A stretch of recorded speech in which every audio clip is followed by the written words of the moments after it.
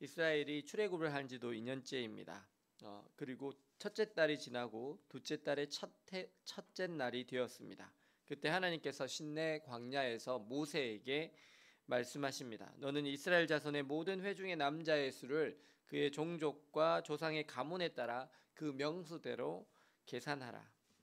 그 중에 20세 이상으로 싸움에 나갈 모든 자를 너와 아론은 진영별로 계수하되 이스라엘 중에 각 조상의 가문에 우두머리 한 사람씩을 너희와 함께 하라.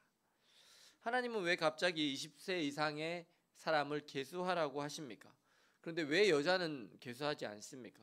그렇다면 이거 여성 인권을 무시하는 것 아닙니까? 남녀가 같은데 왜 여성은 계수를 하지 않았을까요? 그것은 그들이 전쟁을 준비하기 때문입니다. 앞으로 생사를 넘나드는 전쟁이 있습니다.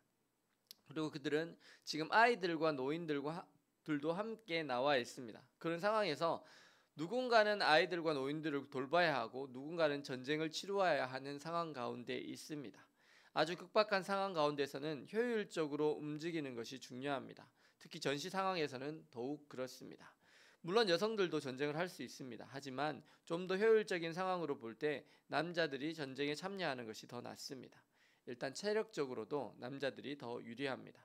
반대로 사람을 돌보고 세우는 것은 여성들이 훨씬 더 잘할 수 있습니다. 요즘에 어르신들을 돌보는 직업으로 요양보호사가 있습니다.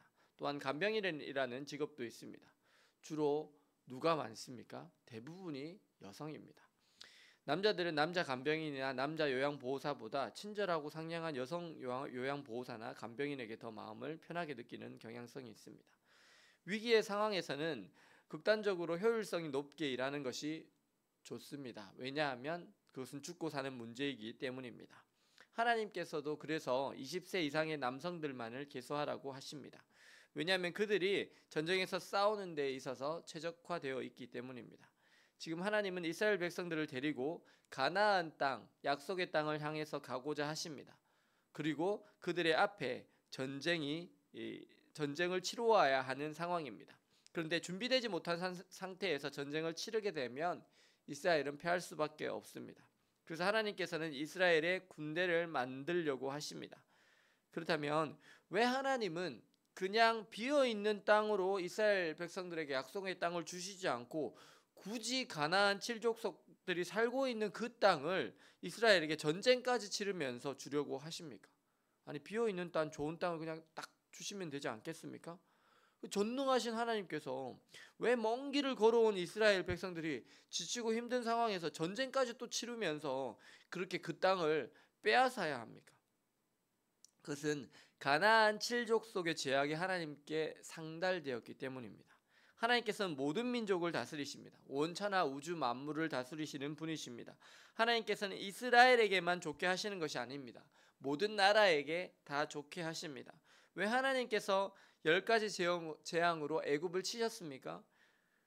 물론 하나님의 백성 이스라엘을 구원하시고 약속의 땅으로 데려가시기 위해서였습니다. 그런데 또한 이집트의 바로의 마음을 낮추시고 그들을 심판하시기 위함이기도 했습니다. 하나님은 교만한 자를 꺾으십니다. 그리고 겸손한 자, 마음을 낮추고 하나님께 부르짖는 자에게 은혜를 주십니다. 구원을 주십니다. 그들과 동행하여 주십니다. 하나님께서 노예 생활로 마음이 낮아지고 겸손한 가운데 부르짖었던 이스라엘을 구원하셨습니다. 그리고 그들과 광야에서 함께 하시고 계십니다. 그리고 그들의 대장이 되시면서 그들과 함께 가나안 땅으로 진격해 가고자 하십니다.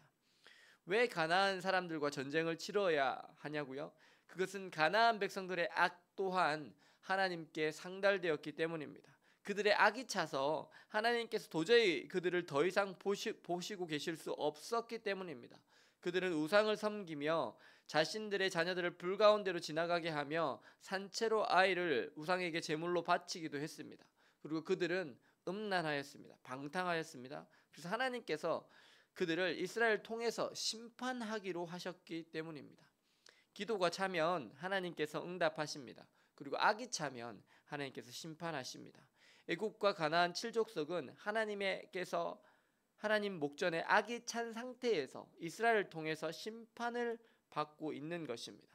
그런가 하면 노예 생활로 어려움 속에 부르짖었던 이스라엘에게는 하나님께서 구원으로 인도해 주시고 계십니다.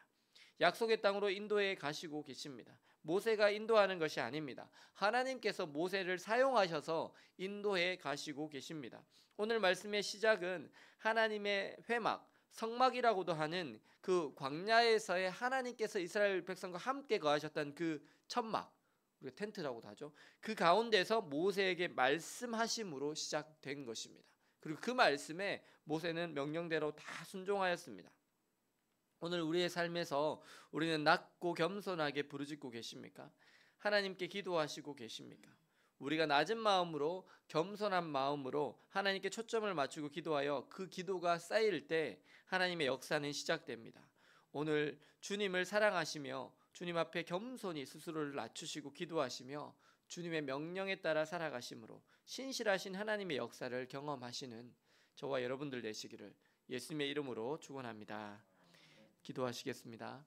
사랑과 은혜의 주님, 오늘 하나님의 명령을 따라 모세가 이스라엘 자손들에게 명령하고 또 각 지파의 두령들을 세워서 20세 이상의 전쟁에 나갈 만한 남자들을 계수하는 것을 봅니다. 하나님께서 그들에게 명령하시고 그들이 하나님의 명령에 준행함으로써 하나님의 군대가 세워지고 또 주님의 약속의 땅에 들어갈 준비가 되어져 가는 것을 봅니다. 주님, 저희들의 삶이 어렵고 힘든 가운데서도 주님의 명령에 정확하게 순종하게 하시고 그러므로 하나님께서 저희들에게 주시는 삶에서의 작은 승리를 경험하며 살게 하여 주옵소서. 예수 그리스도의 이름으로 기도드립니다. 아멘.